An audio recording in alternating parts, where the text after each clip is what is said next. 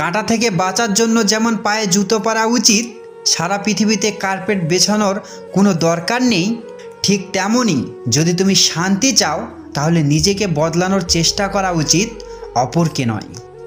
সৎ এবং মহৎ লোকেদের সমালোচনা করা খুবই সহজ, কিন্তু তাদের মতো হওয়াটা অনেক কঠিন।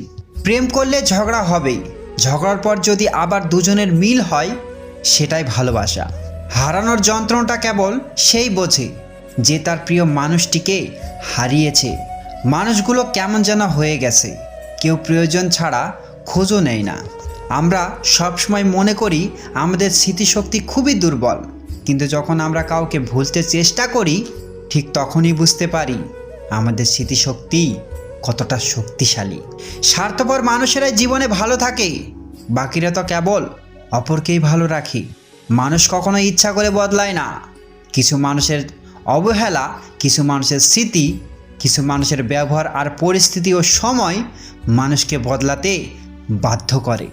জীবনে অভিজ্ঞতা থেকে বলছি, যত একা থাকবেন ততই ভালো থাকবেন। বছরের পর বছর ধরে একটা মানুষকে কখনোই ভালো লাগতে পারে না। যদি লাগে তবে সেটা ভালো লাগা না, সেটা আসলে ভালোবাসা। যে ব্যক্তি তোমাকে সত্যবাদী বলে বিশ্বাস করে তার সাথে মিথ্যা কথা বলা নিকৃষ্টতম বিশ্বাসঘাতকতা।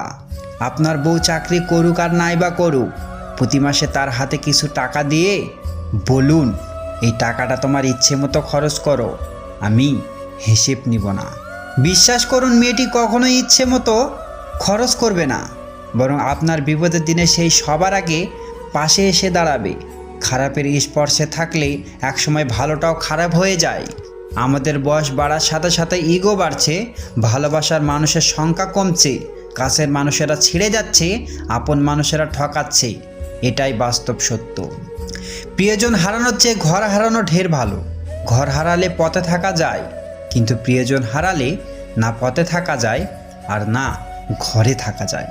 জীবনে কাউকে পাওয়াটা বড় কথা না, আপনি যাকে পেয়েছেন তাকে জীবনের শেষ পর্যন্ত কাছে পাওয়াটাই বড় কথা। সব ক্ষেত্রে অতীত ভুলে যাওয়া ঠিক নয়, কিছু ক্ষেত্রে অতীতকে মনে রাখা জরুরি। অতীতকে শ্রদ্ধা করা জরুরি। কারা আপনার বিপদে পাশে ছিল, কাদের মাধ্যমে আজ আপনি সফলতার চূড়ায় পৌঁছাতে পেরেছেন ইত্যাদি, এসব আপনি কখনো ভুলবেন কি করে? কেউ যদি আপনাকে খুব বেশি প্রায়োরিটি দেয় তাহলে ভাববেন না মানুষটা অনেক সস্তা। আপনার কপালটা অনেক ভালো, কারণ পৃথিবীতে এত মানুষ থাকতে সে আপনাকেই প্রায়োরিটি দেয়, আপনাকেই সবসময় বুঝতে চেষ্টা করে। আপনার কাছে এই অতিরিক্ত প্রায়োরিটিটা অনেক সময় বিরক্তির কারণ মনে হতে পারে। একটাবার ভেবে দেখুন যে মানুষটার কাছে আপনি এতটাই স্পেশাল যে তার সবটা জুড়ে শুধু আপনি আর আপনিই আছেন। তাকে অবহেলা করাটা কি ঠিক?